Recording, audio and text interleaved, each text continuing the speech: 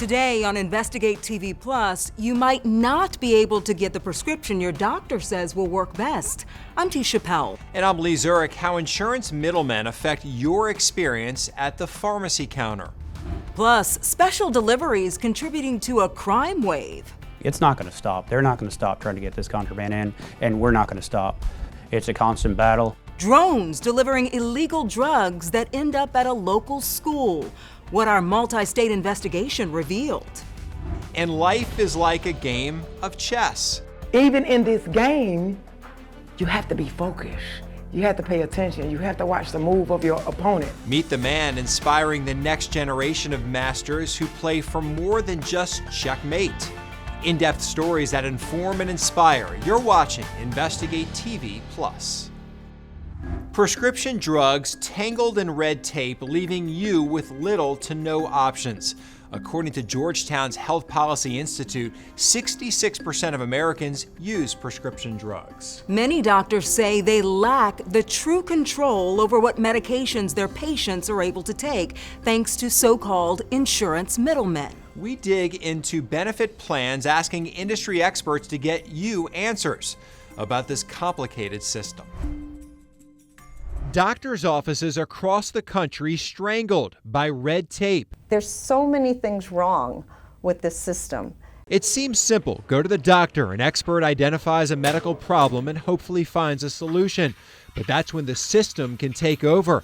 A network of people and policies outside the office that influence and even overrule that doctor's professional opinion. A convoluted system of red tape. Mike Phillips got caught up in the red tape. He remembers days in his early 40s when he felt twice his age. The back hurts, the arms hurts, the knees hurt, you can't stand up, it's hard to sleep, all of those things.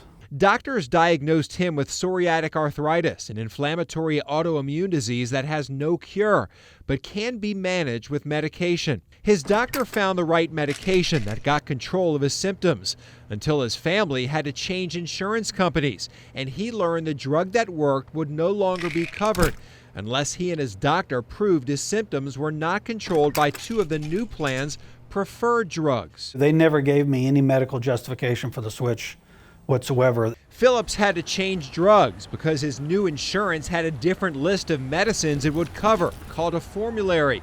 These lists are put together for insurance companies by pharmacy benefit managers, middlemen controlling which prescriptions get paid for, meaning sometimes what patients are able to take is in direct opposition to what a doctor thinks is best. It's a financial decision instead of a medical decision. It's 100% a financial decision.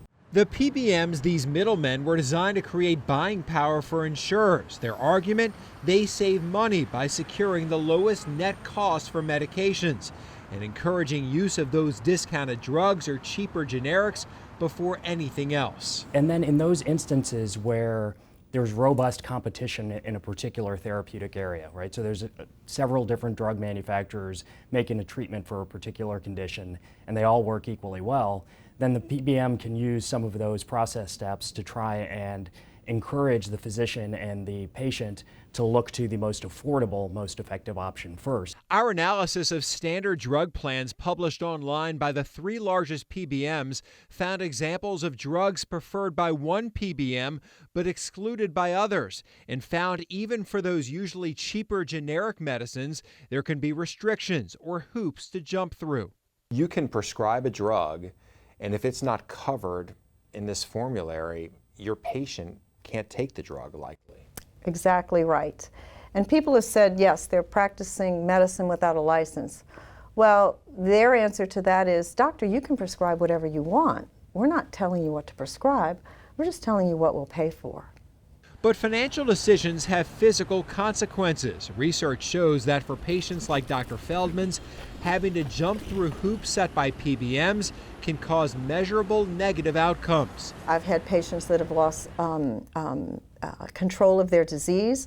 I've had patients that have had to go on higher doses of steroids, and their blood sugar goes up, their blood pressure goes up. PBMs claim these situations are outliers. So you think these are exceptions that we're talking about? I do. But hundreds of comments to federal regulators we read through paint a different picture. One where doctors across the country allege the red tape put in place by PBMs is hurting their patients. It's not against the law. As I like to call it, it's perfectly legal and perfectly wrong. And patients like Mike Phillips are left tangled up in the debate over who really has permission to prescribe. Use some common sense. It's okay to save some money. It's okay to review these things, but when a medical doctor who's been treating a patient on something like this for years tells you he needs to stay on the medicine that he's staying on, listen to the doctor. At least ask for something more if you're going to switch, more than just financial reasons. There are ongoing efforts by lawmakers at both the state and federal levels to rein in the power of PBMs and cut through some of that red tape, including rules that would prevent companies from forcing patients to switch medications out of the blue. The PBM trade group argues these rules will increase healthcare costs and that the way to go is improving technology. One solution they propose, getting patient electronic medical records accessible across all healthcare providers and insurance companies. So we looked up ways to help you save on your prescriptions, and here are some you may not have heard of, like RX Outreach. It's a fully licensed pharmacy and nonprofit that provides medication to low-income patients at a discounted cost. Also, most states have assistance programs geared towards seniors and low-income families. Just head to Medicare.gov and search State Pharmaceutical Assistance Program for a link to your state's portal. Still ahead on InvestigateTV Plus, delivery by drone, a promise of the future, but criminals already using them for contraband. Really something you would, I guess, see in a movie. Plus, an uptick in permanent makeup leads to an increase in lasting mishaps. It's really sad. It almost makes me tear up because I weekly have people coming to me and sending me pictures and, can you help me? I went somewhere and got botched. What you need to know to make the safe choice for that forever look. Our in-depth coverage continues. You can get connected to InvestigateTV Plus on all social media platforms.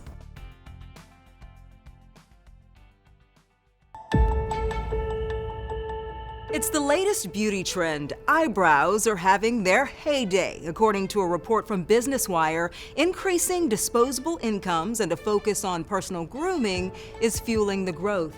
And Americans already spend a lot on makeup. According to a study by Groupon, women who wear makeup will spend about $3,700 on products every year. To achieve their dream brows, more people are opting for more permanent and cost-effective methods. They're turning to tattoos or microblading. Both puncture the skin. Tattoos use ink and microblading uses pigment. Both cost a few $100s and can last several years.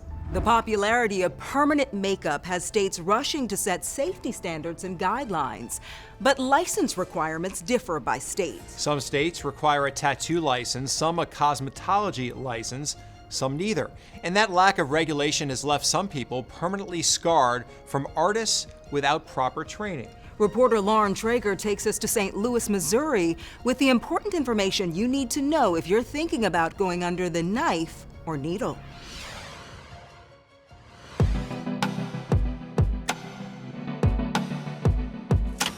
Are you ready? Yeah. Under a white light, Paige is getting a fresh frame to her face.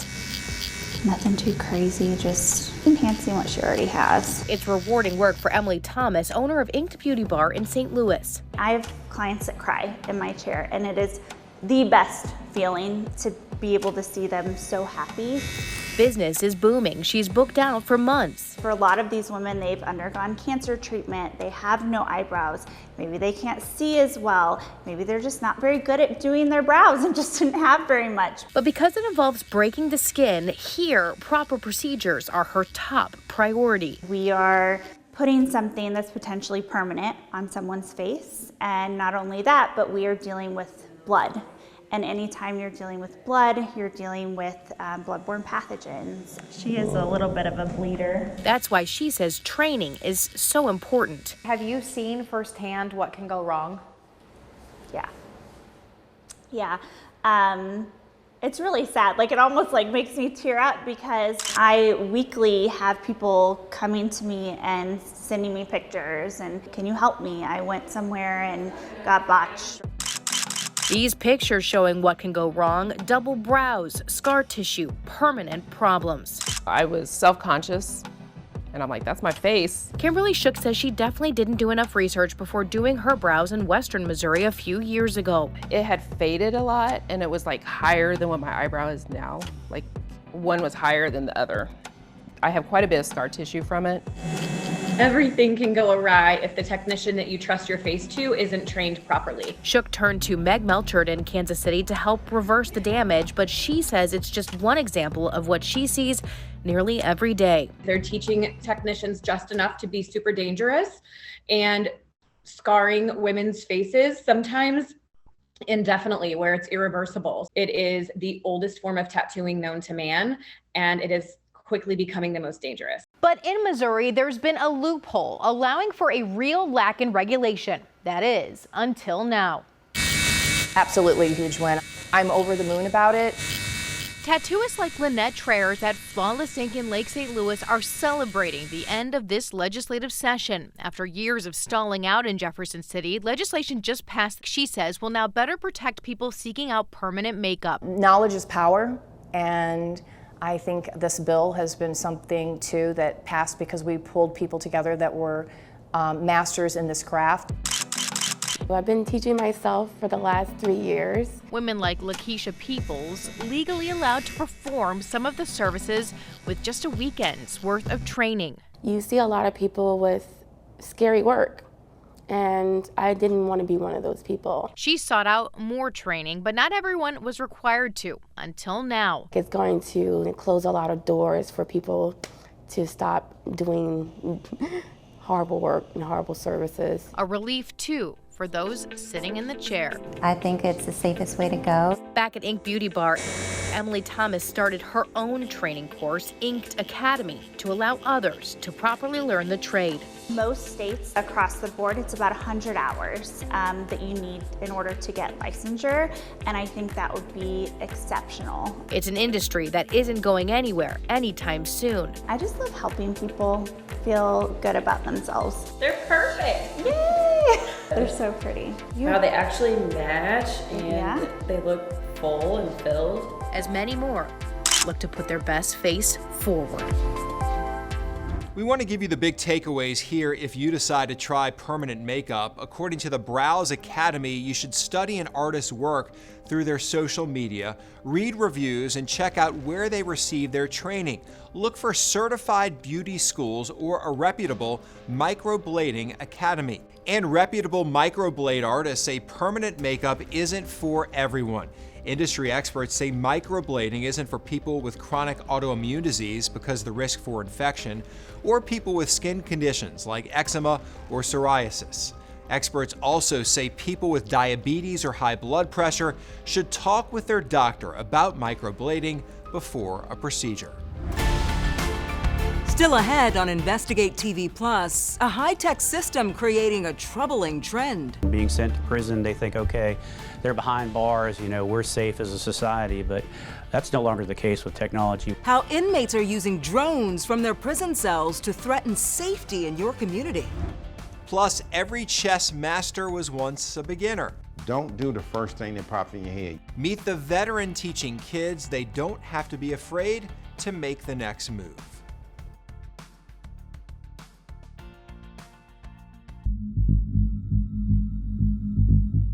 The fight against contraband in U.S. prisons isn't a new one for the Department of Corrections. But criminals are now taking to the skies using drones to deliver their drugs, tobacco, cell phones, even video game consoles. And if you don't think that this could affect your family, think again. School officials in a quiet southeastern Virginia town are thankful a child didn't find this. A drone carrying cannabis and tobacco accidentally landed on school property. Its intended destination, a nearby correctional center. 3 pounds of marijuana landing on school grounds is pretty scary. It's something you would, I guess, see made for TV, really, to think about drones flying into a prison and dropping off bundles of drugs and things is something I haven't personally experienced in my 25 years. The U.S. Department of Justice says nationwide the number of drone contraband drops doubled from 106 in 2021 to 212 incidents in 2022. The department just started tracking contraband drone drops in 2020 when it saw 94 incidents. 21st century tech, allowing more criminals to get creative. Drones have a long list of uses, from stunning videography to search and rescue. But now, in the hands of criminals, they're used to get contraband into jails and prisons. Contraband like cannabis, meth, tobacco, and weapons.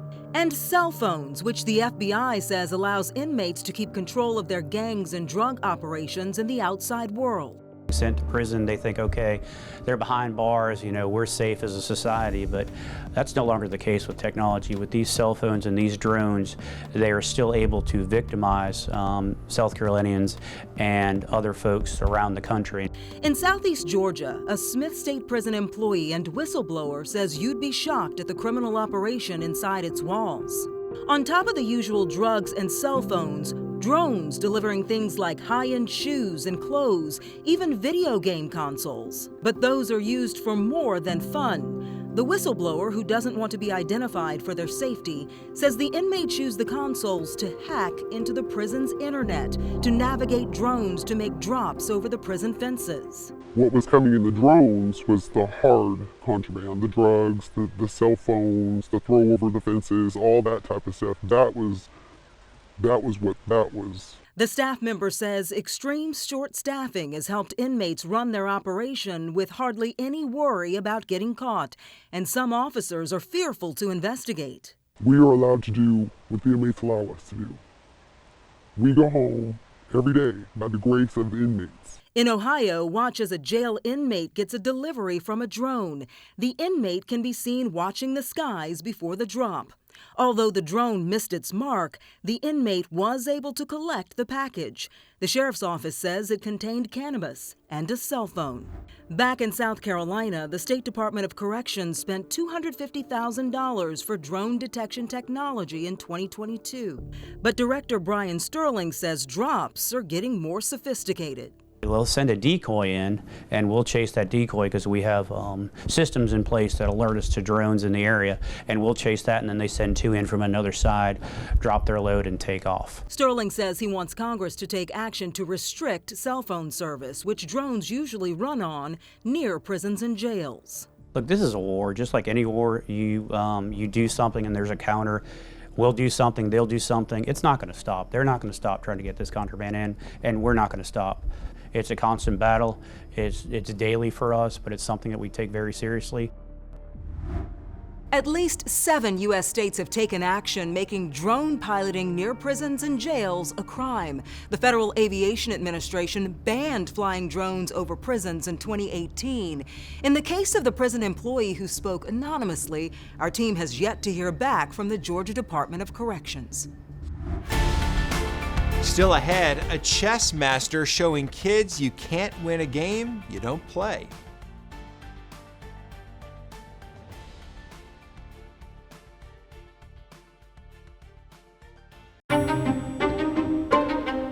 Chess. It's a game that's been around for thousands of years, and in 2023, it is more popular than ever. On New Year's Eve 2022, internet chess server chess.com says it hit 7 million active users in a single day for the first time ever. Then a few weeks later, in January 2023, the number of active chess players hit 10 million. Chess.com attributes the spike to a number of things, including the rise of live streaming. Today, it's estimated 600 million people play chess worldwide. Outside of Atlanta, Georgia, a chess champion started a nonprofit to teach kids the rules of the game and how they can apply to life. Reporter Sawyer Bussey has our story. Working with chess champion Orrin Hudson is all about this moment right here. The silence. Don't do the first thing that pops in your head. Your first crack could be a whack and you can't take it back, so think. The silence means you've paused. A decision Orrin believes could save a life. I'm a former state trooper, Air Force veteran, and I'm just trying to solve problems before they happen. Prevention is better than detention. Putting people in jail doesn't work. They go in worse, they come out worse than they went in. Be Someone was founded with children and teenagers in mind. But then after a while of coming, I started to like it, to the point that I actually want to come in every day. Kids come to the nonprofit to learn to play chess and compete against each other. I need a drum beat. Oren shows them This is the game of life. Even in this game, you have to be focused. You have to pay attention. You have to watch the move of your opponent. the rules of chess bleed into real life for Oren. To our youth, we cannot keep killing each other. We cannot keep burying children. We cannot keep failing in school. Some of the lessons he teaches the kids he mentors are lessons in anti-violence. I am very thankful because I've never seen a child that's been in my program on the news for something negative. Over spring break, he hosts his annual Leadership Chess Camp. I am somebody. I don't want to be on the sideline looking. I want to do something. I want to do everything in my God-given power to make the world a better place. Chess, it's a whole different way of thinking, and I love when he says that he doesn't see his kids get in trouble. You know it's working. It is definitely working for them. I was second grade chess champion at my school, by the way. It's like one of my greatest moments, right? Yeah. You'll have to teach me. I'm more checkers. Your checkers, they're both strategic games, makes you think. It's great, good stuff. And that's it for Investigate TV Plus. I'm T. Chappelle. And I'm Lee Zurich. Thanks for watching. Next time on Investigate TV Plus, AI creating dangerous fake photos causing real concern. My first thought was, this is just the start. It is a bit of a harbinger that we are going to see more and more of this. The tools you need to spot fake photos online and what's being done from Silicon Valley to Capitol Hill to stop it.